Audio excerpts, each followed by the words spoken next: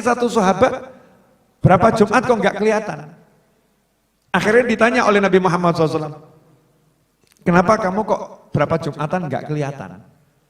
Sahabatnya jawab, ya Rasulullah, saya ini punya utang. Saya punya utang. Lah saya itu malu nanti kalau ke masjid ketemu sama yang ngutangi saya. Saya itu belum bisa bayar, malu saya. Karena udah jatuh temponya, saya malu. Dan yang ngutangi nggak nagih loh ya. Coba pada awakmu. Sengaja datang Majelis Ar-Raudhah, terus ketoke wonge teko nggo. Diunteni Majelis Ar-Raudhah. Kelihatan nih orang datang ini ya. Jangan disamakan dengan dirimu dan diriku. Ini sahabat-sahabat Nabi Muhammad SAW gak nagih. Tapi yang nggak ditagih ini yang punya hutang ya, yang hutang itu hatinya yo paham, izin, malu ya Allah. Nanti kalau ketemu dia langsung plek utang, Masya Allah. Ketemu dia plek utang. Akhirnya kalau Jumat ngilang, maka dalam pembahasan fikih itu termasuk min a'dzaril Jum'ah. Di antara sebab-sebab orang boleh tidak ikut sholat Jumat. Kalau masjidnya cuma satu loh ya. Nah kalau di masjid itu ketemu yang nagih hutang. Sementara dia pengen bayar tapi nggak bisa dan dia malu. Malu. Kalau yang nggak punya malu tetap wajib Jumat. Paham ya? Ini urusannya dowo, jangan dipotong ceramah saya, nanti bahaya kalau nggak paham. Nah kalau sekarang di Indonesia sholat Jumat turah-turah masjid kok. Jangan ngomong saya banyak utang jadi nggak wajib Jumat, ngawur kamu. Ya tetap wajib Jumat sesuai dengan kondisi, ya sesuai kondisi yang memajibkan sholat Jumat. Tiap wilayah kan beda. Maka Nabi SAW ngomong, mau enggak kamu saya ajarin? Bil mana ya? Satu doa. Nah ini loh, diajari sama yang melihat langsung, yaitu Nabi Muhammad SAW. Kalau kamu baca, walaupun kamu punya hutang sebesar gunung Uhud, dilunaskan oleh Allah Ta'ala. Sahabat nggak ngomong gini, orang model sing WA aku iki lho. Beb, masuk apa ya? Apa bisa toh Beb? Oh, saya nyatanya sudah tak amalin kok ya belum. Gitu lagi kok ya belum ya. Padahal udah dijawab Jumat yang kemarin ya. Itu pertanyaan kok belum itu menyebabkan nggak jadi, batal itu nanti. Harus yakin. Sahabat nggak nanya begini, wahai Nabi Muhammad SAW, apa yang mungkin modal doa utang lunas? Apa mungkin? Ini jenengan tanya sama pakar ekonomi, profesor, dokter, insinyur, lengkap 10. Dok, terangkan berkat doa hutang lunas. Jabarkan. Saya juga penasaran, kira-kira penjabarannya seperti apa? Mesti yang ngomong, ya orang dongo, ya usaha. Betul kan? Lah yang nanya juga ngomong, sorry pakar, bab usaha orang sambo ajari. Bab usaha nggak usah kamu ajarin, aku sikil dadi sirah dadi sikil, weteng dadi sirah. Belum ada toh? Weteng kita dadi sirah, melendung soalnya, lemu, gemuk. Urip mau tangi turu. Yang nggak paham bahasa Jawa ya, mohon maaf sebesar-besarnya. Nggak semua kalimat harus diterjemahkan, betul ya? Nah begitu, yang nanya doa ini orang yang sudah usaha, tetapi usahanya kok belum membuahkan hasil, pengen cari solusi. Nah ini kalau dipakai ilmu matematika, ilmu ekonomi, ilmu pemasaran, marketing, strategi, ilmu A sampai Z, gak ketemu. Kenapa? Nah kalau udah laporan sama yang ngasih, karena urusannya yang ngasih. Gini. Ini rotok enak tapi gak apa-apa.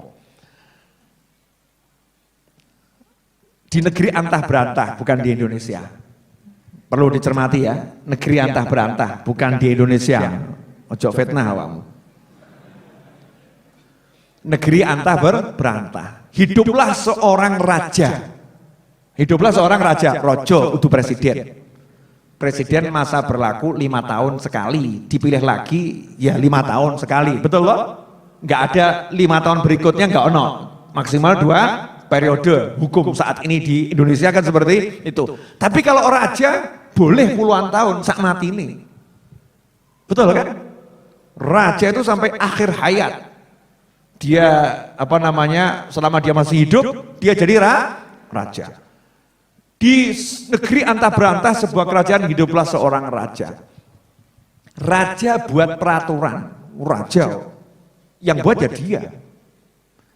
Kalau mau beras, saya kasih tanah, kamu bercocok tanam di situ. Hasilnya 90% untuk raja, 10% untuk kamu. Zalim enggak ini? Ya suka-suka raja. Oh, dimodali kabeh kok. Betul kan ya? Tanah dikasih, pupuk dikasih, modal macul gitu kan ya? Ngawasi. Makan dijamin, tapi urusan panen bagi hasil kamu cuma 10%, aku 90%. Nah, ini ada satu orang ternyata tidak dapat jatah tanah. Tanah udah dihabis ke rakyat, habis tinggal satu orang nggak dapat. Dia kira-kira bisa dapat beras 10% enggak ada? Enggak. Kenapa? Ya karena enggak punya tanah. Enggak bisa macul, enggak bisa buat perjanjian sama raja. Tapi orang ini dikasih tahu, raja itu punya orang kepercayaannya bilang, barang siapa mengucapkan kalimat ini, nanti akan dikasih raja beras 50%. Jangan pilih yang mana? Pilih macul atau ngucap kalimat?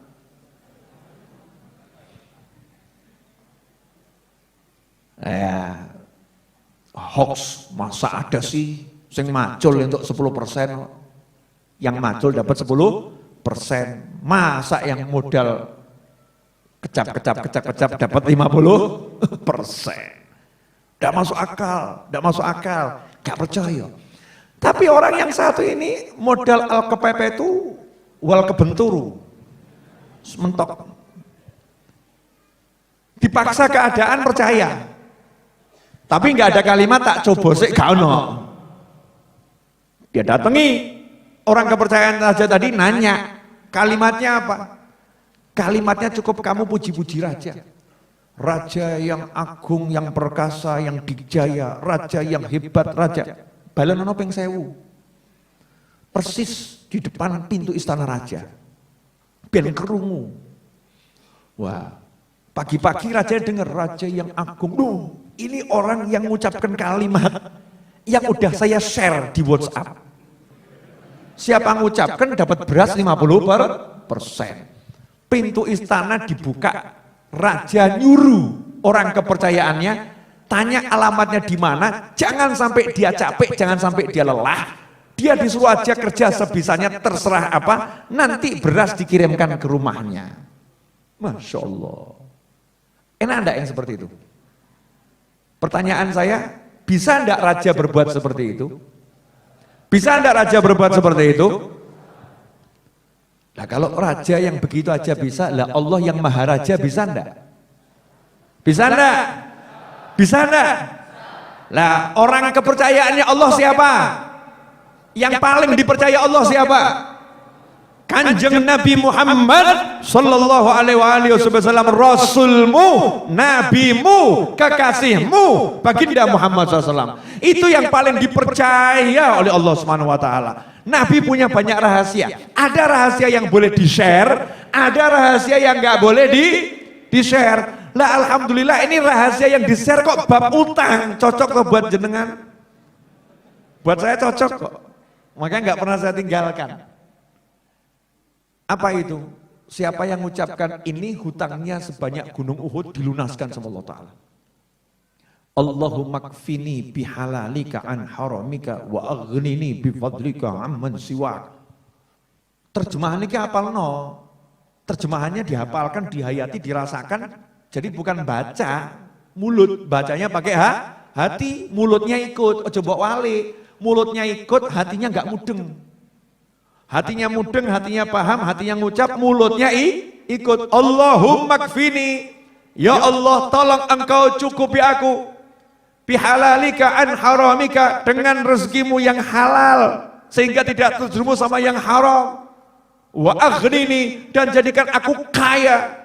Wa aghnini bifadlika, dengan kemurahanmu, bukan karena usahaku, bukan karena pinterku, bukan karena rencanaku, bukan karena partnerku, bukan karena kenalanku, bukan karena bifadlika, tapi karena kamu maha dermawan, engkau maha suka memberi aku, engkau maha pemurah ya Rabb, bukan karena hitung-hitungan aku bekerja sekian dapatnya sekian, tapi karena engkau maha kaya, maha memberi, bifadlika amman siwak, sehingga aku tidak bergantung pada selain engkau ya Allah.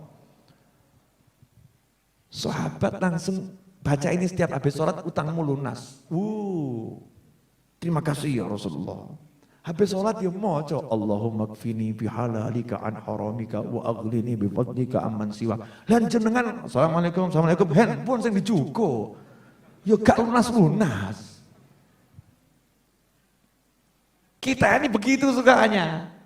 Dikasih bocoran langit, ya rahasia lah langit. Amal no, ini yang ngomong yang menjadi sumbernya penglihatan, nurnya Allah, yaitu baginda Muhammad sallallahu alaihi wasallam.